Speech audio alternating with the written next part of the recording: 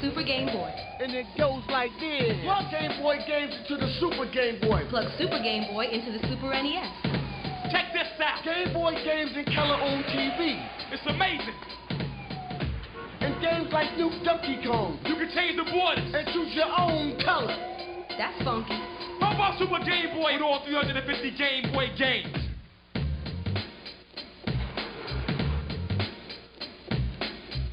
Incredible! Welcome, everybody, to episode 2 of Game Crimes. My name is Jay. I'm joined here by Mike. And Mike, what are we talking about today? We are talking about the wonderful world of bootleg handhelds. Bootleg handhelds. So when you say a bootleg handheld, you mean like when you go on a date with a counterfeit girlfriend? Well, I can't relate to that because every time I have a marker that I carry around that I'll mark my girlfriend with. And if it comes back yellow, I know it's okay to go on a date with that girl. If it's black, that's how you can identify a counterfeit girlfriend. And they all have metal strips in them anymore.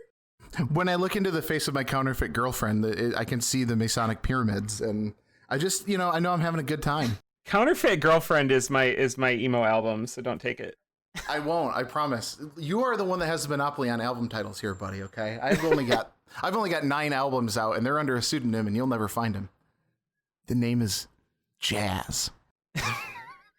Jay's responsible for all jazz music. You heard it here first. That's true. Call me Charlie Parker, because I'm... Oh, Spider-Man reference. Nice.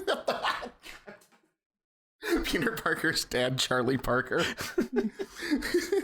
He shows up in a bird costume. That's one for real jazz heads. Sorry. Cannonball Adderley jokes next week. A handheld would be like a handheld console. So, like, I'm thinking the gamest of boys, the Game Boys, the DSs. What are the modern handheld console? Oh, God, the Switch. Oh, yeah. Yeah, the Switch for sure. Your 3DS, your Vitas, Game Gear, Lynx. But when we say bootleg, we don't mean like, here's a Vita, but the buttons suck because it was made on a pirate ship. We're talking about this sort of like formal black market process in which you could purchase a ready-made console that isn't made to replicate any one Game Boy or Vita and could do a bunch of crazy shit with it. And Mike happens to be a little bit of an expert. Is that, or would you say an enthusiast? I would say I've got a problem. What do you mean by that? I mean that, like, I used to think that I wanted ways to play retro games that I could just put in my pocket and go. And I've decided, somewhere down the road that I don't actually like collecting retro games. I like collecting ways to play retro games. Like, I want that spreadsheet to be long is really what I'm looking for. Okay, so you're if I say Coca-Cola exclusive Game Gear, do you get all excited? Go on. It's a crimson red Game Gear that was only released in limited quantities. That's ridiculous. It came with the Coca-Cola Kid. But what you're kind of talking about is not like trying to just get an NES or get a whole handheld version of an NES, but there's actually differentiation between a lot of these things. Like, you're not just buying the same console 9 times because you have a problem. You're buying this 9 different consoles because you have a problem. Well, yeah, and like I'll buy one because it's like, oh, here's a really cheap like Game Boy Micro sized device that can play, Super Nintendo and even a little bit of PlayStation reasonably well, and for like a cheap price. And that's just kind of a really neat novelty. But then, over the years, they, it kind of running along in parallel with the advent of single board computers like Raspberry Pi and Pocket Chip, if you remember that one. And, as those get more powerful, new versions of these handhelds come out that run things a little bit better. Some of those are Android based. Some of those have a custom Linux distribution that they run on them. And each one has different compatibility. Which means that you're not restricted to just playing one game or one type of game or even games in general. You could be doing other stuff on top of them. And the other thing I think that's cool about these bootleg handhelds is they tend to be much cheaper than a formal console. I mean, you're probably forking out $400 or so for a Switch if you're buying a game and maybe a controller and one accessory or something. Whereas a lot of these handheld consoles, you can get them for under $100 pretty easy, right? I mean... Yeah. There's... the only times they seem to get north of $100 is when the RG350 Ambernick made, that they released a version of it that was like a solid aluminum case and like really nice build quality and things like that. And that tends to jack up the price. But when you're just talking about a handheld console that running a specific chip, $100 is the north end. Right. And you could go up into the luxury stuff. I mean, if you really want to get into it, there's, we've both been drooling over the analog because it comes with a Switch-like mounting station you can use on your television. Yeah. But there are so many different options. And I think that what we're more going to do, instead of give you a best, here's the best stuff and here's what to buy or whatever, Mike's going to go through his collection and we're going to talk about what you can do with it and compare it to some other resources, and also kind of comparing it to existing handheld consoles, because in my mind, a lot of these are actually a better value than something like a DS or a Vita, because as much as I love those systems, you're limited in terms of what you can do. Well, I mean, I kind of the current state of the 3DS and to a lesser degree the Vita. I mean, I disagree a little bit on there. There's a complete functioning Half-Life port for the new 3DS that runs full speed and really well. Okay, well that's fair. I mean, my Vita's hacked and my 3DS is hacked, but I guess for the more I want to say layman, but that sounds insulting. I guess I want to say normal people without brain problems. You're in the wrong neighborhood. Well, no, let us be your Sherpas through the valley, okay? Like we know our fascinations and obsessions. For a lot of folks, I think a lot of this emulations, ROMs, abandonware stuff is extremely intimidating, and it's hard to know where to start. And yes, you could do crazy shit with your Vita. You could do crazy shit with your Switch even. But these handheld consoles are going to make it dirt easy for you to do so. Right. Before we go too deep into it, let's walk a little bit back in time and talk about the history.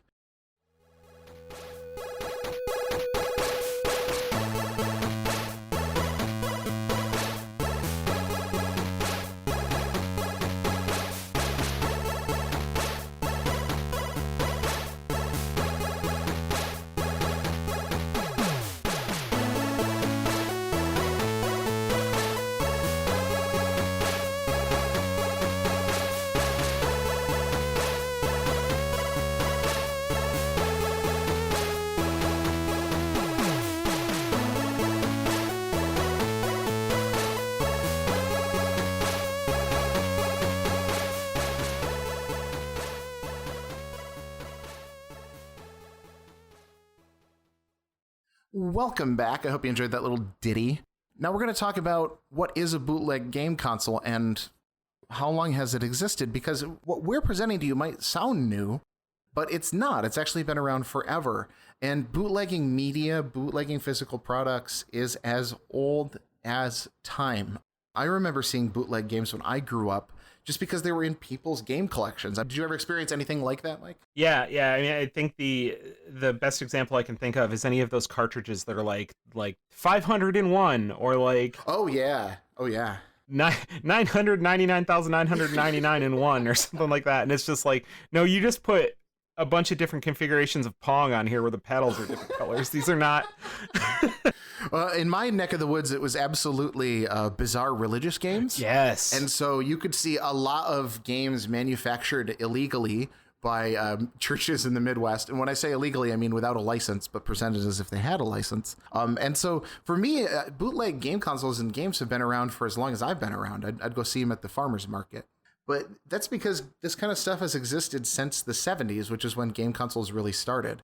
I mean, you can debate over what the difference between a console and a computer is, but for the most part, the home console market opened up by the mid-70s and has never left since. But there's plenty of evidence that even the earliest consoles like an Atari or a Fairchild were bootlegged.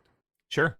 Selling bootleg Atari games was a very profitable business for a while. But for right now, we're just going to stick to what y'all need to know in the very, very basics. So we've had these bootleg consoles that existed throughout time. And I think that because I keep saying bootleg, there's the implied argument that you're going to have to like go into a bar and like talk to a guy to get them. But that's not the case at all. I mean, most malls have bootleg consoles in them, right? I mean, if you're going to one of those questionable import stores or some retro game store that trades in for cash, I think you can expect to see that kind of thing. Sure. Do you see anything like that when you go out and look at game stores or whatever? Because I see at least bootleg SNES handhelds and stuff like that all the time. Oh yeah, I guess yeah, a little bit of that, but it kind of depends on how you're defining bootleg. And I know like the legality is questionable. When I think about something like the Superboy or like the retro bit, like the Retro Duo or things like that, where it's like there may be issues with the emulation software that they're using internally and whether or not they have the rights to sell it with that.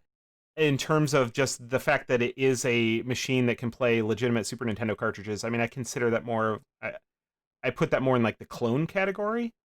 I think you're fair to say that. So, I mean, I guess I do see those around. I don't know that I've ever run into like any like bootleg consoles or things personally. But that I also live, I'm living in central Illinois, and it's pretty vanilla territory here in terms of what you can find. Gotcha. The distinction between clones and bootlegs is interesting to me because I think if you're Nintendo, you don't see the distinction whatsoever, and they've pursued that in the past as if, everything was a bootleg. But there is actually some shade of legal protection for this kind of stuff. And again, this show isn't legal advice, but we do talk about the law because of criminality. And it is legal to reverse engineer an existing piece of hardware so long as you don't engage with any proprietary software. So what that means in normal person talk is that if Mike and I grabbed a couple of rocks and maybe some copper piping we stripped out of a house, we could sit there in Mike's garage over 7 days, just breathing in welding fumes. And if we created something based on our own experience and research that could run NES games, then that's not actually illegal. Mm-hmm. But if Mike opens up an NES and goes, look how they did it, why don't we just do the same thing?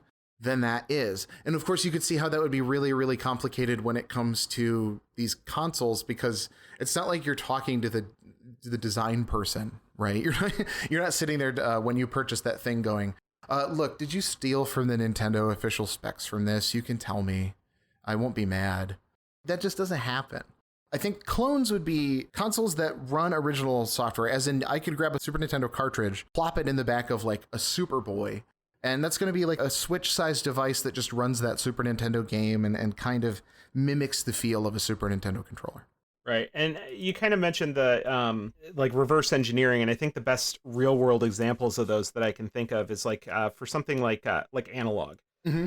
The analog clone consoles like the Super NT and the Mega SG, those were done with highly skilled people basically taking existing hardware, sending signals in, seeing what comes out, and trying to ascertain the design of those circuits through research, actually dealing with the behavior of the hardware. Mm-hmm. Where you might start to get into legal trouble is like an example of was it the Wii U or the Wii that's complete system code was leaked recently? Wii U. Yeah, Wii U's complete internal code and design specs and everything were leaked. They're just out there. And if you're making what's the Wii U emulator? I think Citra, but that's the 3DS. It's Cemu. Cemu, yeah. If you're making Cemu, you can't then go and look at those documents that were leaked and use that to make a better version of Cemu. Yes. And we're kind of using hardware emulation and software emulation interchangeably here, but that's because on a technical level, they're kind of the same thing. But what emulation is, just in this context, is mimicking an existing piece of hardware. So you'd be emulating a Super Nintendo on your Windows, and you could be emulating a Super Nintendo based on the circuit boards in a handheld device. It's all the same thing when it comes to the law. But what that also means is that you get a lot of really cool retro-engineered features in a lot of these clones and bootleg consoles. My favorite is, of course, save state, but stuff that I really, really like, things like Bluetooth connectivity, HDMI out, 4-player connectivity on multiplayer games. You have a lot of flexibility on these things. When I was starting to get into these sort of alt consoles, it was back around the early 2000s, and it was really dominated by the Game Park clones, which are this sort of like Game Boy Advance, but with some high-speed chipsets now. I get the impression that most of these modern things are handhelds. Would that be accurate? I mean, we're focusing on handhelds here, but a lot of the consoles tend to be very expensive and very specialized. Yeah, for sure. There are some very some of the low end stuff on the market. You can find, like, if you're browsing around AliExpress or Wish, they have they'll be like, oh, this looks physically like an Xbox One, but with like a DualShock controller or something, and it's running a single core computer inside it, and Yes. And like that stuff is one of those like really low ends things where they're like, oh, 500 games in one, you can't really change it or customize it. But when you start to get into ones that you might actually want to buy and have on hand, then yeah, you're looking mostly in the handheld market.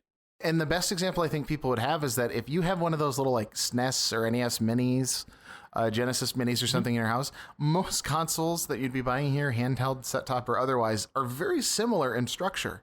You've got some sort of, flash media, you've got some sort of emulator board, and it's not really meant to replicate the system in full function. But imagine something like a SNES Mini that you could put in your hand and carry around, but, carry maybe 2,000 games of your choice and, be scaling up all the way to 2000, 2004 when you're emulating. Right.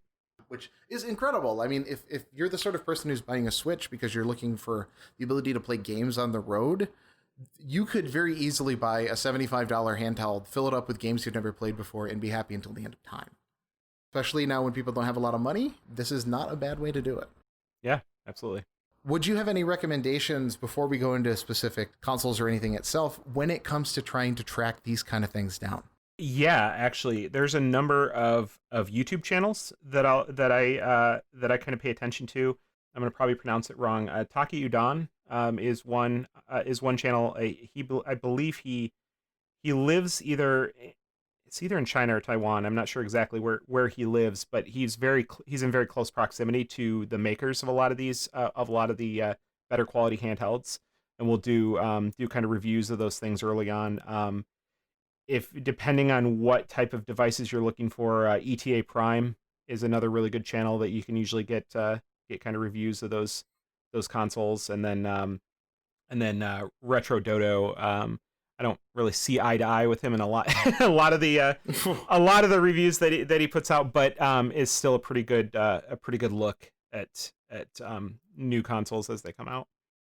Do you think that people should have to expect to have these shipped in from overseas? I mean, you can find U.S. importers. For the most part, these are made in East Asia, China, Taiwan, Korea, around there. Is that right? You can get them here. There's a lot of importers that'll then resell on Amazon. I found that the biggest advantage to doing that is actually getting them earlier. Mm. But you have to watch out because sometimes those the sellers on Amazon are selling them before they've imported them themselves. Ooh. So you still end up having to wait for it to be shipped from overseas, but you have the markup to meet the to match those Amazon prices. So I usually end up on AliExpress for most of the ones that I order.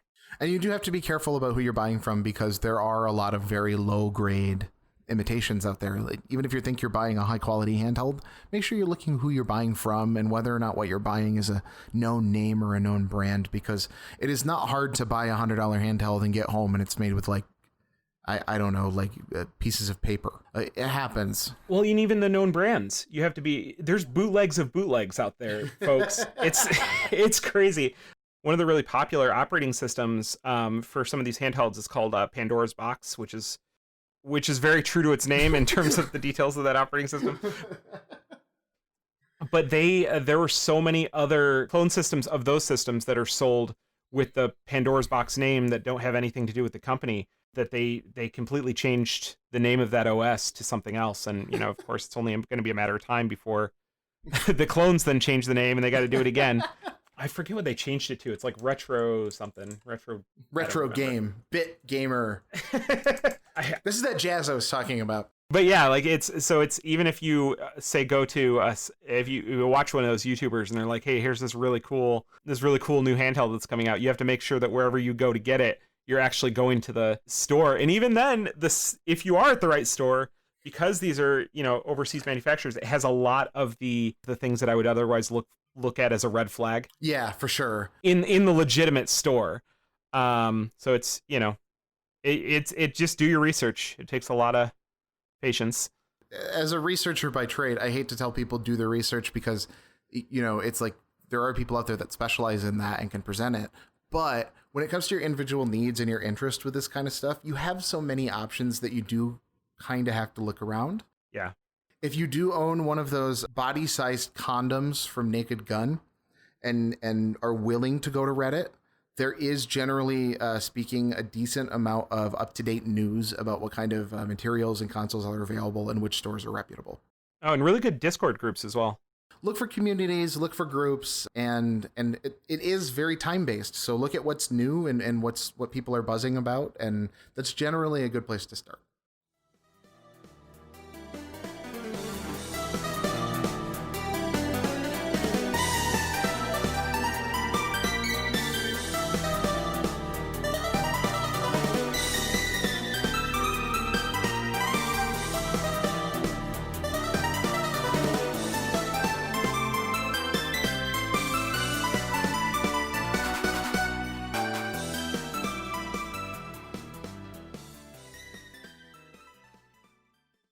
The next bit of the show is an excerpt from one of our Game Crimes live streams, which if you haven't checked out, highly recommend doing.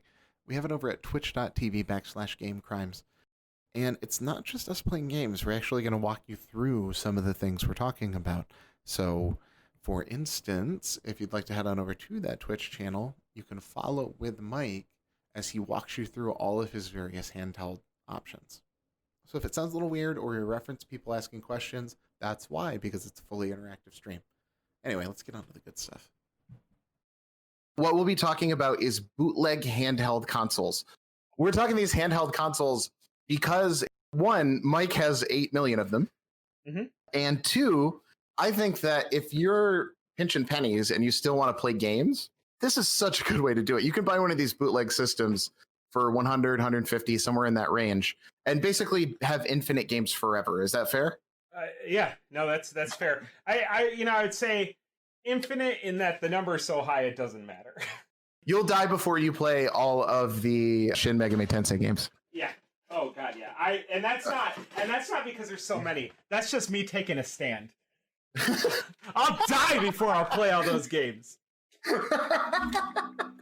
Just someone like throws you up against a wall and forces you to watch a Persona OVA. You have to play the rhythm game, Mike. Shut up. The cool thing about these systems is that, like Mike was saying, they're emulation stations. So you can run any number of consoles on these things. And by that, I mean not just home consoles, but handheld consoles as well. So, like, Mike, what's the general range that you would say in terms of which era of games can you play on these kind of machines? Well, it's funny you should mention that, because I just saw a new one that's been in development. Probably there was prototype units set up to reviewers in like maybe 6 months ago, and final product just got into the hands of some of the YouTubers I watch, and that thing will run some of the lower end PS2 games. What? It's $150, but it'll do it. That's where it's weird. Is like some of these, they kind of fall into two categories. They're the like system on a chip handheld systems that are similar to like a Raspberry Pi. They're not Raspberry Pis generally. They're usually like all-winner CPUs or something like that. But they're essentially that type of computer. And then there's also Android devices. That are basically using phone components repurposed for these kind of handhelds that are like dedicated gaming devices. And since these aren't affiliated, these Android ones, with any sort of network, you're going to be running, you can run tablet apps, you can run desktop apps, you can run phone apps on them as well. It's not just these emulation programs that we're talking about. Right. Various levels of success. But I think there is something to be said for, something, a system the size of a wallet that you could watch a movie on and then play PS2 games on. Yeah. Yeah. For under $150 or something.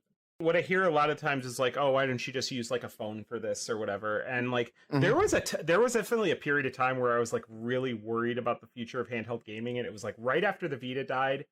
And when people started like releasing, like when people started porting games to phones and having like touchscreen buttons and things, and like, because a touchscreen just kind of like necessarily excludes a lot of games. There's certain games that like they're just not going to work as well as they should. And so like this is where like having like a separate dedicated device is really nice.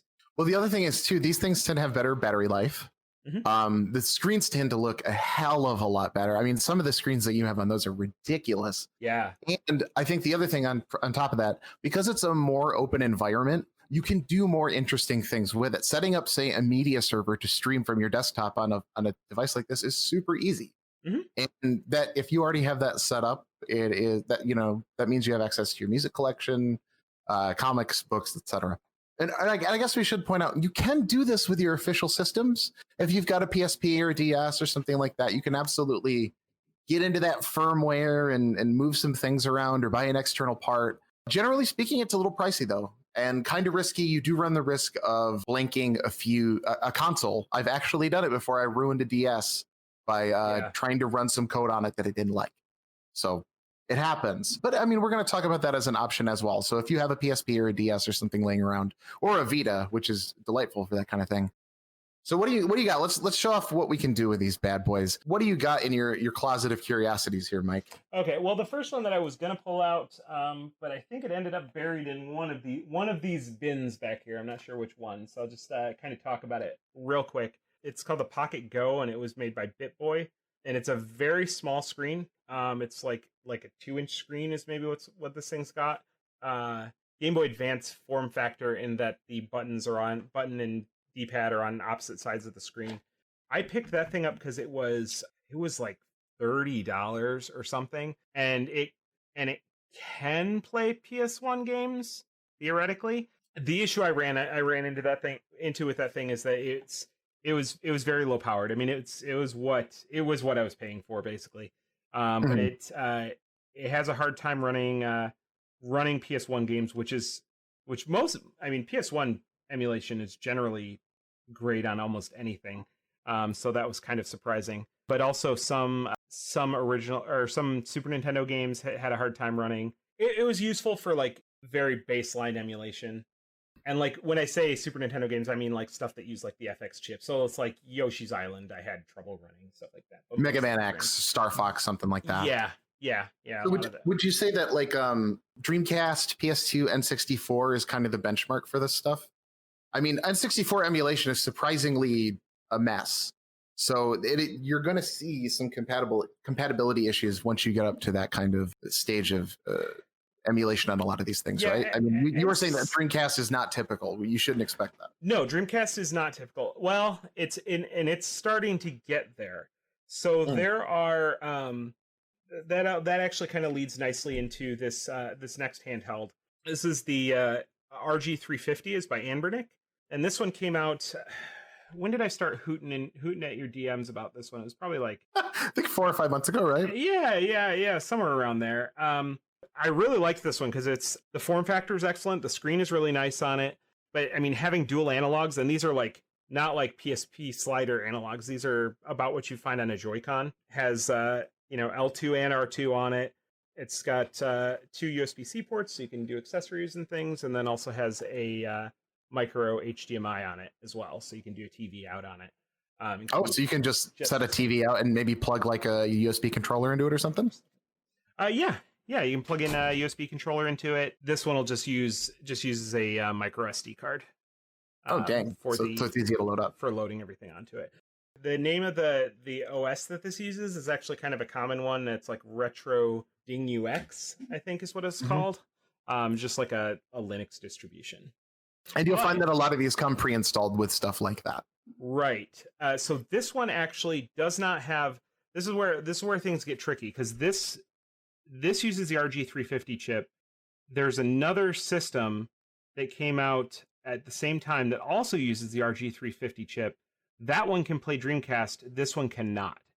I mean, it can, but it's really choppy on this device. And the reason for that is that because of the software they chose to use on this one, nobody's developed a custom firmware for this device, so it doesn't allow overclocking. Okay. Which, I mean, would allow you to maybe get into that range. Right. How's the screen look on that bad boy? It looks excellent. This is dead, so I cannot show it to you. So it's a really high quality screen. It's so high quality. Look at the level of blacks on that screen, because it's not on. The next one I'm going to jump to is Taken Apart, and that's for a good reason. This thing will never go back together again. I had high hopes for this baby. This is the Powkiddy A19, and it is made by. It's hard to tell who it's made by. It's made by a few companies, I suspect, because there is it's the Wild West over there. it was really attractive to me just because of the form factor. I liked the, I liked the color. I liked the feel of it. It was like a 6-button layout. There's an analog stick up here and then a D-pad here and a really nice screen on it. But the other thing that got me excited is full screen Dreamcast. Or full speed Dreamcast, rather. And I'm a big fan of Street Fighter 3 Third Strike, so being able to play that with a 6-button layout on the go, full speed without any latency, that sounded awesome to me. However, this is one where even though the hardware is really great, the buttons felt great, everything was fine, the software was super lacking in that they mapped the buttons however they saw fit, and you could not remap them. So it was an issue where it was like for Street Fighter, this was like you would expect like these to be low punch, low kick, medium kick, high kick, or high punch, medium, or you know what I'm saying. However, it was like it started out fine, low punch, low kick, high kick, high punch, and then medium punch, medium kick. So just kind of all scrambled up. You cannot remap the controls here. And so I was like, that's the reason that I took this apart, was like, if there's no software, and this thing wasn't popular enough for there to be any custom firmware for it either. So basically any hope of fixing that in software was kind of lost. I was like, well, maybe the manufacturer will update it, but chances are I didn't get this from the original manufacturer anyway, because it's hard to tell. I got it off AliExpress, so who knows who you're ordering from there. I'm like, chances are, even if there is an official firmware update for this thing, I'm not going to be able to get it on my device. So my thought was, well, take this thing apart. And usually the way buttons work is there's like, you've got your plastic button, you have a silicone pad, and then you have contact points. And the silicone pad bridges those contact points when you push the button down. And so I was like, well, I could just wire different pads. I could like basically remap the buttons in hardware. Yeah, I was like, that's what I was gonna do. I liked this thing enough that I was willing to go to those lengths, except that's not how these are. Just the buttons are soldered to the board. Oh God. On this thing. Yeah. So it's useless to me. Have you considered joining an elaborate like bootlegging ring and maybe getting a hold of someone to get a firmware update? Well, here, let me tell you what I considered.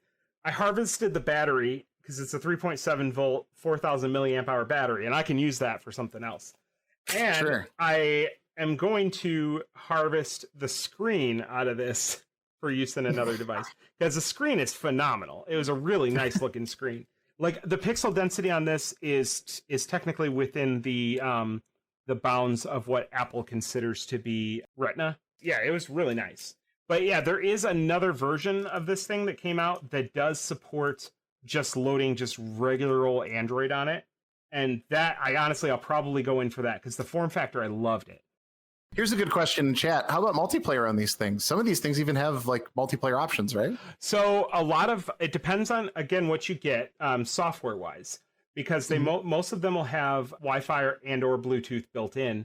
So a lot of them, if they're running common software, like if they're running Android and you can get RetroArch on there, depending on your core, you might have NetPlay built in, and that should work just fine. That's the whole point of the LibRetro cores, is that they're common, no matter where you're running them, they should run the same. So you could play multiplayer with like somebody on a PC or like whatever. The Ambernic, actually, you can use one of these USB-C ports to plug in a separate controller. And if you remember, it's got HDMI out. So it's like a switch. It's like a set-top plug it in. When you need it to be. One person can play like using the actual console controls, another person on an external controller, similar to like Daisy Chained, like a 3DO controller. Yeah, gotcha. Yes, where you have to create an elaborate lattice work in order to play Bomberman. Right. Here's a good question. Where are the games coming from? Are you copying the game from a physical copy or downloading it from somewhere else? I would say both. That is an excellent question. On the Ambernic, you're loading your own ROMs. So you pull out the SD card, you pop it in your system, you load your ROMs. On the Powkitty, this SD card was encrypted, and it runs some software that was formerly called Pandora's Box, and it had its own app store Like on this device, I boot this thing up. It has an app store. I can't load my own ROMs on it, but I can download for free anything off of this app store, and it's just ROMs and stuff for days. There's nothing legal about it. Super. It is. Yes, super illegal. Yeah, because we could do the whole thing of like, only playing legal backups, but we're all freaking adults here. We all know what's going on. You can load your own ROMs. You can go through the hassle of putting them into folders, or you can download them directly from here. You do run a cost, like you might be looking for a certain game and it's not there or whatever. We could dip into a couple of handhelds that are outside of the Asian markets if we'd like. This one only sort of counts. I'm gonna kind of like I'm gonna show this off just because I feel like it fits the bill after a fashion. This is the Pocket Chip. The chip was a $9 computer, like a low end Raspberry Pi competitor, but actually it was like pretty neat. It had I can't remember the name of the. There's like an 8-bit game engine for coding games that's like designed to. It's like what the first version of Celeste was done in. So like these sort of like small miniaturized development environments. Right, exactly. It's like meant to kind of like hold you back. But this had that built in. But this it was also capable of running emulators. So while like the computer that's in it was a $9 computer, the rest of it obviously costs a little more. This whole thing cost me $40, which I mean, you've got a full QWERTY keyboard on basically a Linux PC. So I actually carried this around at work doing things that I needed to do, like on servers or whatever. I would just pull this out of my pocket and connect to Wi-Fi and do like server maintenance on it. It was really cool. But it'll play GBA ROMs. Is about the extent that it got to.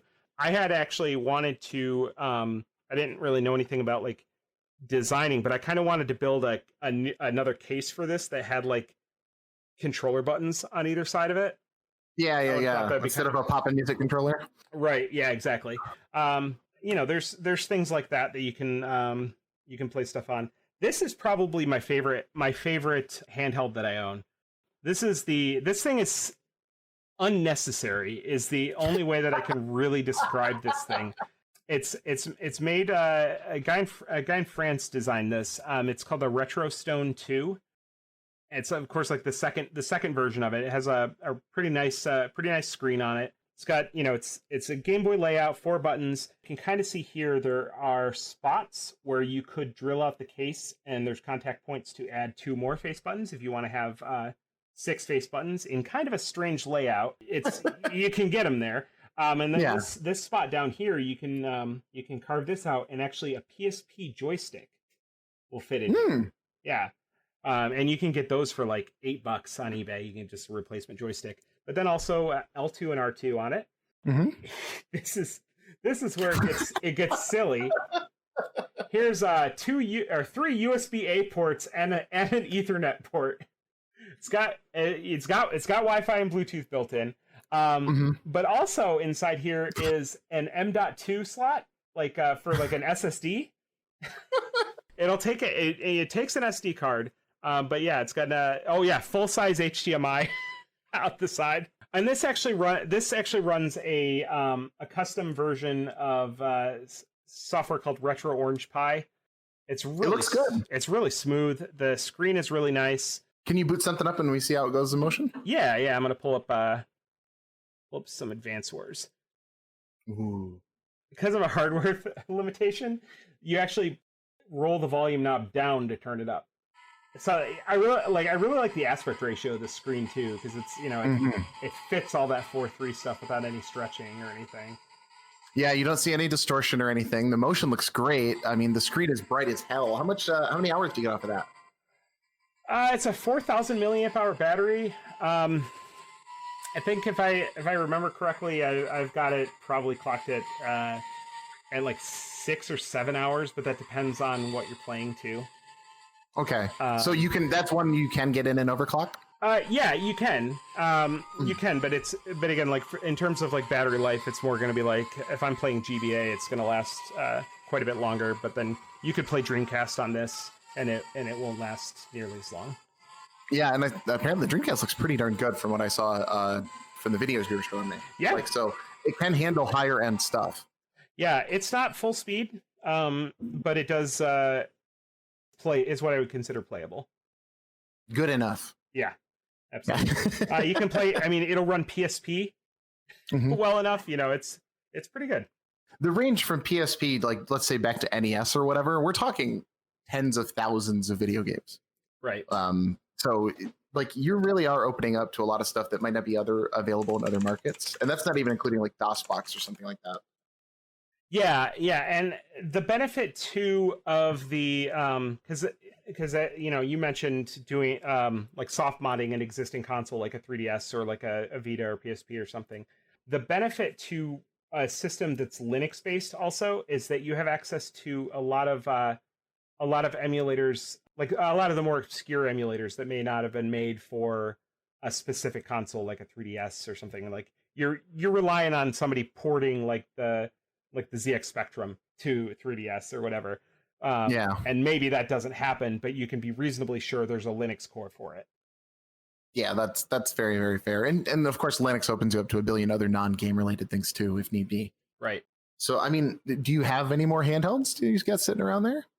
Yeah. This starts to get out of the a little bit out of the emulation handhelds, but since we're talking about handhelds to play all of your games, let's check out the Retro Duo Portable.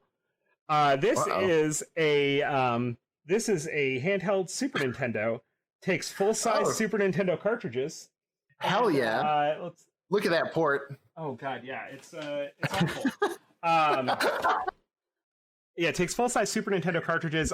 It's still analog though. Like the screen is analog, so it's fuzzy like a CRT, or it's fuzzy like an LCD trying to be a CRT, I should say. The other weird thing that comes with this, actually, give me just a second here. I'll show you. Okay. Yeah. And those are actually some of the cheaper ones that you can get. Those sort of mini SNES or NES or Genesis or whatever are you can find those in your local comic shop or something like that. They're out there. Not as much as like the Retro Stone that Mike just showed off. You're gonna have to order that one online. You're not gonna be able to buy that in a retail shop. In case you were thinking, well, that's not practical to have a system that only plays Super Nintendo games. Don't worry, you can play Game Boy Advance games on it with an adapter. You just put this bad boy in there, and then you slide your Game Boy Advance game, easy as pie, right down into this little hole, and then you can play GBA games. This is the easiest, most portable way to play Game Boy Advance games I have ever found. Well, and the form factor, it fits easily in your Geneco pocket. There's also an NES adapter, and the NES adapter is like the size of an NES cartridge, but you still got to put an NES cartridge in there. It sticks out, no joke, this far out of the system. and you know, if you want to play Bubble Bobble on the go, what are you gonna do? You're gonna pull out the Retro Duo Portable out of your back pocket. You have your Jinko jeans, apparently. Your giant... This is my foot-long video game console. You might be thinking, too, but Bachmann, I want to play my Super Nintendo games with a friend. I want to play 2 players. How do I do that? Don't worry. They make a dongle for that. You just plug this bad boy into the side. No problem. Easy peasy. Hang a couple of controllers off that. Prop it up against a book or like your airplane tray table. You join in the Mile High Club with Yoshi's Island. It's great. I think as getting laid on a plane, it's true. God damn it. Yeah, it's better than getting laid on a plane. Trust me.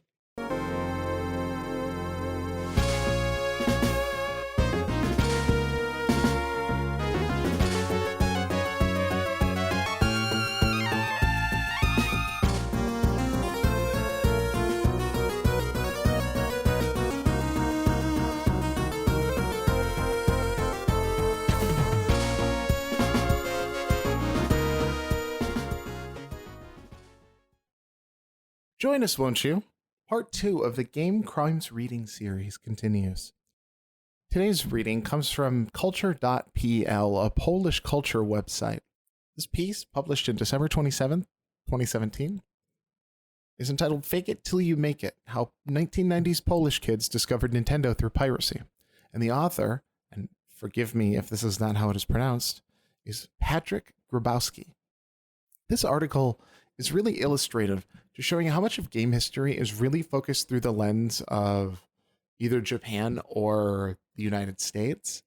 And I think it's clear that a lot of the cultural assumptions that we assume around games and game culture are extremely based on our own experience. I find a lot of otherwise normal, calm, upstanding people get in an air and a throw about piracy so often. And it always confuses me because I wonder if these people know that you're very lucky to live in a country where you have the ability to care and pay authors for their work. That's a very, let's just say, Americentric belief. And in fact, a lot of relationships with copyrights around the world will reveal that people are far more flexible when it comes to their understanding of this than you may pick up from browsing on Twitter or some game website. You might see some names in here that look unfamiliar. Bob Mark, Pegasus, Fun Station. For the purposes of this reading, they're all just bootleg NESs, Nintendo Entertainment System, the game console from the 80s. There were that many names for that many different varieties of bootlegs. So without further delay, here's a passage from Fake It Till You Make It, How 1990s Polish Kids Discovered Nintendo Through Piracy by Patryk Grabowski. Nintendo's first home video game system did not arrive in Poland until 1991. Kind of. To get yourself some Mario action, you could not go to the official Nintendo shop. There were none. Most probably, you could not even go to an electronics shop. Instead, you went to a local bazaar, where you could find video game consoles being sold next to potatoes, homemade pickles, and knockoff trainers smelling like cheap rubber. You'd somehow had the chance to hold an NES in your hands before. You would immediately notice there was something fishy about the one being sold at the bazaar. It was lighter, the colors were off, packaging looked cheap. And wait a minute, what in Donkey Kong's name is a Fun Station? That's not Nintendo at all. As unbelievable as it is today, until 1994 there were virtually no intellectual property laws in Poland, which in turn allowed the bootleg market to thrive and prosper. At bazaars, flea markets, and even in regular stores, one could buy legal bootleg clothes, music, films, video games, and video game consoles. Even though the Pegasus was compatible with Famicom cartridges, and also some modified NES cartridges, everyone was playing the bootleg cartridges. They were often made from low-quality plastic, poorly manufactured, mislabeled, and sometimes simply did not work. Buying Pegasus games at a bazaar was a lottery in itself. Fortunately, the bootlegs were also inexpensive, and a lot of kids in the 1990s owned a Famiclone, which made it easy to swap with friends. The market was flooded with even cheaper Famiclones, and Bob Mark could not do anything about them because their product was a bootleg itself, even if the quality was higher than average. Even though the Famiclones had such exciting names as the Fun Station, Polystation, and Ending Man Terminator, everyone in Poland just called them Pegasus anyway. That's a little bit of information. It's a fun bit of information, but you should know that queer people in Poland right now are under attack. They're being threatened. While I'm here reading and writing about Poland's culture, I would encourage you to please look into some of the organizations fighting for queer rights in Poland. LGBT rights in Poland are being stripped away systematically by a fascist government and the people who enable it. So do yourself a favor and check out some organizations such as the ILGA and see what you can do to fight for queer rights in Poland. Thanks.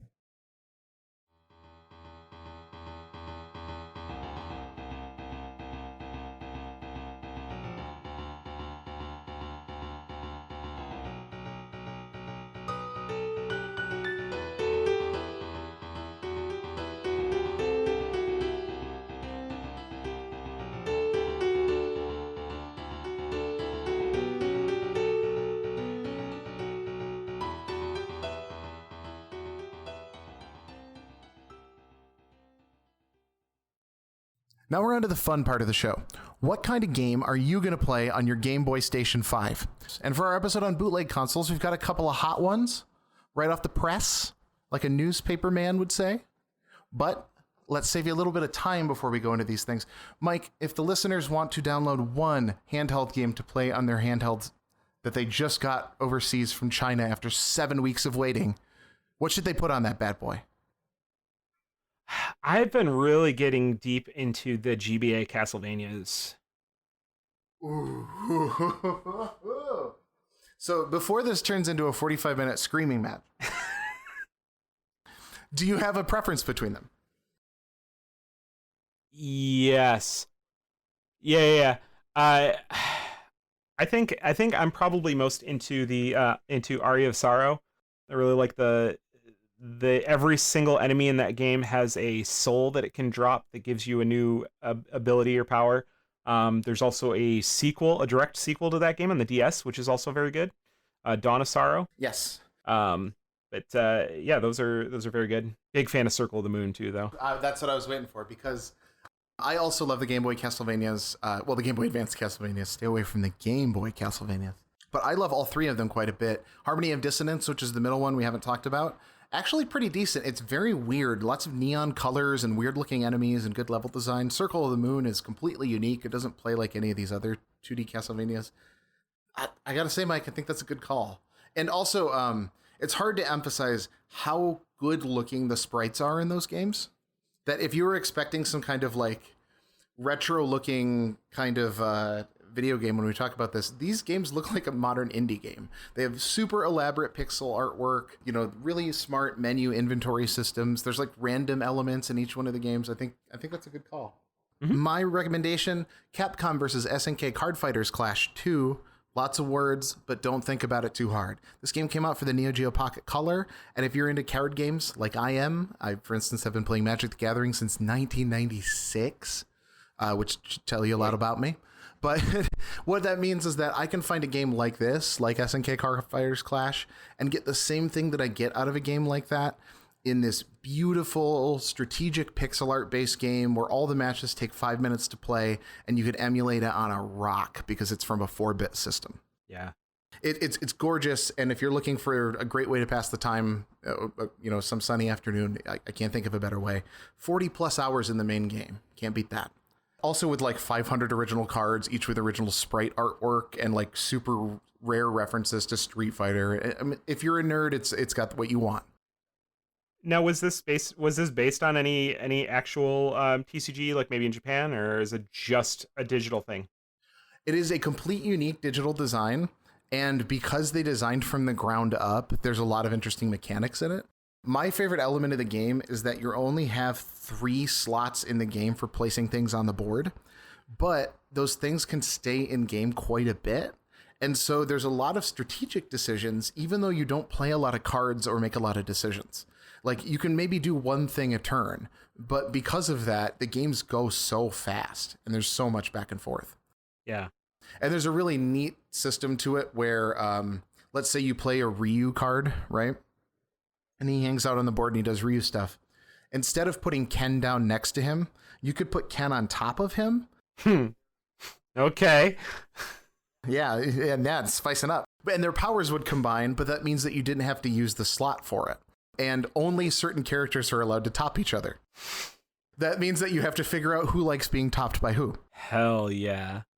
And it's not always a 1-to-1. Some characters like to top, but don't like to be topped. So if you ever wonder what it would be like to top Blanca, that's the game for you. Oh my God. I gotta go. What is the first game we played on stream? It's a little beauty called Donkey Kong 94. This game was released for the Game Boy, the original Game Boy. And I consider it to be like a physics platformer. Is that fair? Yeah, I think that's fair. I think it was nice to play 94 with the updated roster over 93 also. Donkey Kong 99, the dream match. This is one I made Mike play. And I picked this because it is a very unique version of Donkey Kong. I would say that, in fact, I don't think there's another version of Donkey Kong like this other than, I don't know, the Mario Minis games, is that what they're called? Yeah. And I think I tried playing one of those after playing Donkey Kong 94, and I think it didn't grab me in the same way. And part of it is because I didn't know anything going into Donkey Kong 94 when we started playing it, and it just like completely like changed my. It completely subverted my expectations. I think you remember, like I was playing it and I was just like, cool. It starts off just like Donkey Kong. It's just Donkey Kong, and if you don't know anything about it, as soon as you accidentally like move in a direction and try and jump in the opposite direction, and holy shit, I just did a backflip. That's literally what happened to me, and I was like, oh my god, wait a minute, this is different. Yeah. So Mario can do, what can he do? He can do backflips, handstands. He can flip items in the air and catch them. You got to play it. You got to check it out because it's a Mario game without Mario's physics. It doesn't run like a Mario game. Mario doesn't walk like Mario should, but it still feels right. That's a very weird thing to describe, especially when Mike's saying you're expecting Donkey Kong and getting what I would describe as like a big floaty version of Mario. Yeah. But the real genius in this game to me comes in the level design, which is super, super, super compressed. I mean, every level is like 45 seconds long once you figure out how to do it. Right. Here's the question for you, Mike. Let's say someone's not into Donkey Kong or they're not into Mario games. Does this game have, let's say this is someone's first video game, for instance. Do you think this would be a decent bit? Because I feel like this is, to me, classic, simple, elegant. Anyone could pick this up and enjoy it. I guess there's two questions there. If you're not into Donkey Kong or Mario, I think this diverges from both of those enough that it's still worth taking a look. The levels are slower paced. They're not really like kind of the run and jump style of Mario. And beyond those first few levels, you're not just kind of running through the same like get up to the top of the screen like you are in Donkey Kong. They add puzzle elements. There's not a lot of like instant death or open pits or restarting and having to play 4 or 5 minutes of a level over because you screwed something up. This game's far more generous than that. Right, for sure. So yeah, I mean, I think it's definitely worth taking a look, especially with the size of those levels and the way that they introduce new mechanics. Usually they start off a level with a new mechanic with like a little animation of that mechanic in action, so that you never really get into a level and you're like, well, what the hell am I supposed to do? It's already been kind of like introduced to you going into it. And each level, it seems to be like a subsequent development of the previous level's ideas. Like, so when you walk into a stage and you're doing, say, I don't know, the key to open a door for the first time, it's relatively easy to find the key. But the second time, it's a little harder. And the third time, you might have to jump or throw it. They do enough iteration on the same idea that you never get too complicated. And it's really rare for a puzzle game to give you that much variety and for you to not feel like you're just doing the same thing over and over again. This game does that pretty well. Especially for a Game Boy game. I think people's expectations for handheld games is that they aren't sort of an enjoyable experience on their own. They're some sort of lesser version of a bigger idea. And I'm here to say I actually prefer most handheld games to big console games because I like how fast they are and I like the minimal mechanics. And something like this has got everything I'm looking for. I've always kind of thought of Mario 64 as like that, as the, when Mario started becoming an acrobat, and it's not a lot of that was pulled directly from this game. I think the reason why, like when I did a backflip and I instantly knew how to do it was because it's done the exact same way that it is in Mario 64, and this predates that by 2 years, I believe. Yes, by 2 years. And I would say it feels pretty similar. Like, I feel like a lot of the physics in that game are pretty similar to Donkey Kong 94. Especially with the kind of gravity that Mario has when he jumps. Yeah. There's a big float at the beginning, and then you kind of fall like a rock. The other thing I think is interesting about this game is who made it. So, of course, Donkey Kong's a Nintendo property, but Nintendo isn't just some big monolithic beast, although it is. Nintendo is also a collection of design and development teams that all kind of work independently. And this was made by their EAD team, which is their primary development team. There's a handful of those. I think, aren't they all just called like EAD 1 and 2 and all that kind of thing? Yeah, I believe so. So they all have their own credits. But the thing that's interesting about Nintendo games is when you start looking into the credits, you realize that a lot of them aren't actually made by Nintendo. They're made by contractors. And this game was developed with the help of a contractor named Pax Softnica. And Pax Softnica is a relatively obscure design company, but the list of Nintendo games that Pax Softnica has worked on is ridiculous. Ridiculous. It's Earthbound, it is Pokemon Snap, and it is Mole Mania, another Game Boy game. 3 of my favorite Nintendo games. I'm not familiar with Mole Mania. Mole Mania is Think of it as it's Miyamoto doing Dig Dug. Okay. But like combine Dig Dug with Lolo. The idea is that you do like push puzzles on top and then you go underground and dig holes and then you pop back up to do more push puzzles and you can make ground collapse and stuff like that. Oh, gotcha. Cool. It's great. I think it's Miyamoto's best game, but that's just me. I guess what I would say is this game is great because it subverts your expectations for everything it's going to be. It's a Donkey Kong game, but it isn't. It's a Nintendo game, but it isn't. It's a Mario game, but not really. And it's still fun. I think anyone can enjoy this. And then I like to ask, should our listeners play this even for 15, 20 minutes? Hell yes, you should. Mm-hmm. It's so fun. It's a great game. I think looking back at just even like the cover art for this game, I think it did itself like a huge disservice, because you look at the cover art and you think that it's just going to be a Donkey Kong game, and that's why I never touched it. It's like, I've played Donkey Kong, why would I want to play a lesser version of that on a monochrome system? And it's not that. It even presents itself right up, like I said, right up past the first few stages. You're like, okay, this is just fucking Donkey Kong, and then, oh wait, no, it's absolutely not that. It's much more. Mm-hmm. So would you say that like the average person owes themselves to spend 20 minutes with this game? For sure, at least. Highly recommended.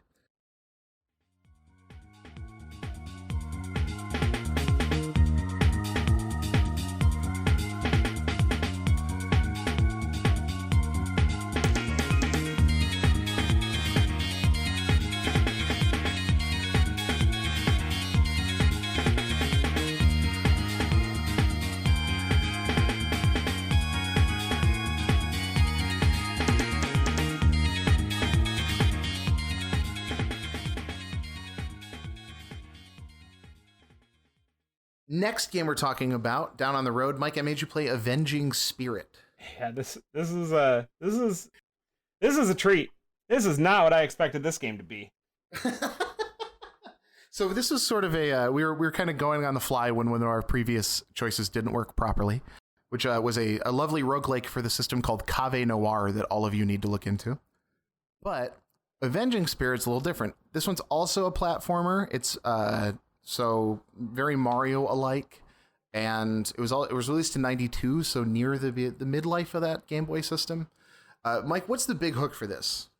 The big hook is that you're not really playing as the character. You're playing as the spirit that possesses the character, and you have the ability to then float into any of the other enemies and possess them with all their abilities as well. And it's just a lot of it gives you a lot of options. Mm-hmm. You possess something and all of a sudden your abilities and the way you control is completely different. You know, you'll go through a section and you'll be like, oh, this is too hard. I got destroyed. Well, I'm going to possess a different enemy and I'm going to come back through it with completely new set of powers, and maybe it'll be a little easier, or maybe it won't be. It usually won't be, because it's not an easy game.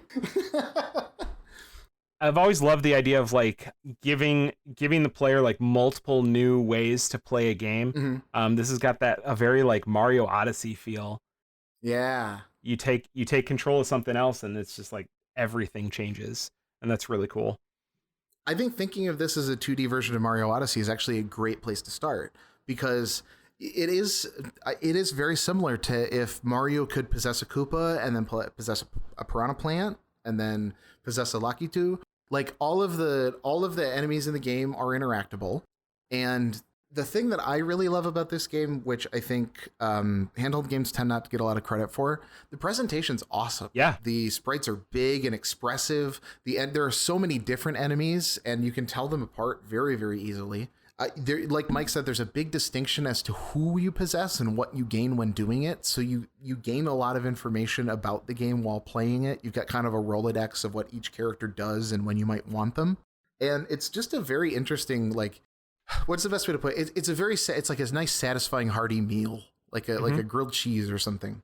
It doesn't have a ton of ambition, but it never, ever misses when it's trying to hit something or pull something off. Yeah, the other thing I really liked about it is how open-ended the levels are. They give you, there's whole sections that you can just skip, but maybe if you go there, you find something else that you'd rather possess that's going to make a different section of the level play differently for you. I deliberately say play differently instead of saying make it easier like I did earlier, because it won't do that. This game kicked my ass. I was about to say, should we talk about the boss fights? Because I feel like that, like, all this fun and whimsy gets checked out the door once a boss shows up. Yeah. I mean, I repressed most of that, but yeah, it was very difficult. This game was a port of an arcade game by Jalico. Both the arcade version and this Game Boy version was made by a development house known as CP Brain or Crash Power Brain. They didn't really make a lot of other games. And so one of the other reasons why I picked this is because it's so interesting to me to find a game that is so strictly tied to one company. It's like an author that never wrote a second book. Mm-hmm. It's that sort of like, here's what these people were about at this point in time. And it feels like this perfectly crystallized moment in history. What that really meant to me, knowing that this game was from 92 and doing all these interesting things and the presentation is so strong, is that aesthetics have always been part of games, but there was always kind of an acceptance of hardware standards and what you could do within those standards. And I feel like that's not here anymore. Does that make sense? Standards are relative. Games are just, they exist and they can be deployed to various platforms, as opposed to being given a set of tools and making something with them. Yeah, for sure. And I mean, that's just basic criticism of game design in general, not anything. I'm not calling anyone out in particular, except for Bethesda. But Tim Sweeney, your ass is marked. Booyah! The boys are coming. But what I mean by that is, like, this is a Game Boy game, not sleeve. Its ambitions are strictly within the limits of Game Boy game. And if you go in knowing that, it is so pleasant. It's like a nice piece of candy or a dumb action movie or something. Mm-hmm. You play it for an hour or two, you put it out of your head, and you're good with it. And do you think other people should give this a shot? I mean, to me, it's like eating a potato chip. Sure, why not? I can't imagine finishing it. Oh God, no. But yeah, give it a shot to see what it was all about, because I think it's a really interesting concept. And the music whips. The great soundtrack. Yeah, it's very good music. All right! And that's the end of episode 2 of Game Crimes. Thanks for hanging out with us. Please tweet us, cry, send pictures of yourself crying about video games. We might respond. We might even like them. Look, Mike ordered a big package of bootleg Switch cartridges, and that shit is delicious. So we have to get out of here. Mike, do you need to plug anything on the way out? No. I don't. I try to think if there's anything in particular. So I don't think so. I don't know when either. Hopefully soon. Yeah. Just want to plug just current events. Just check out the news. You know what I mean? Like and subscribe. Let us know what you think in the comments. I own news.com. This is a news.com product. Of course, you can always find me doing superhero storytelling over on the SHU Podcast's Weird Adventures in Space. Of course, on Twitter at _J-High5. And you can find this show at Game Crimes Pod. Give us a like, throw a subscribe around. I don't know. I'm sick and tired of self-promoting. You know what to do. You listen to podcasts. Just fucking Google it. Just Google it. Just Google it. It's there for you. It's not for me. It's for you. We already know this shit. You know, I know where my Twitter account is. Duck, go to Bing and Google it. And that has got to be the end of the episode. We are losing our minds, and we need to preserve these precious and valuable brain cells. Also, these Switch cartridges, they taste like the mystery airhead. Delicious. Stay put. Jump on the stream sometime if you could, and wait for next episode, episode 3, The Life and Afterlife of the Sega Dreamcast.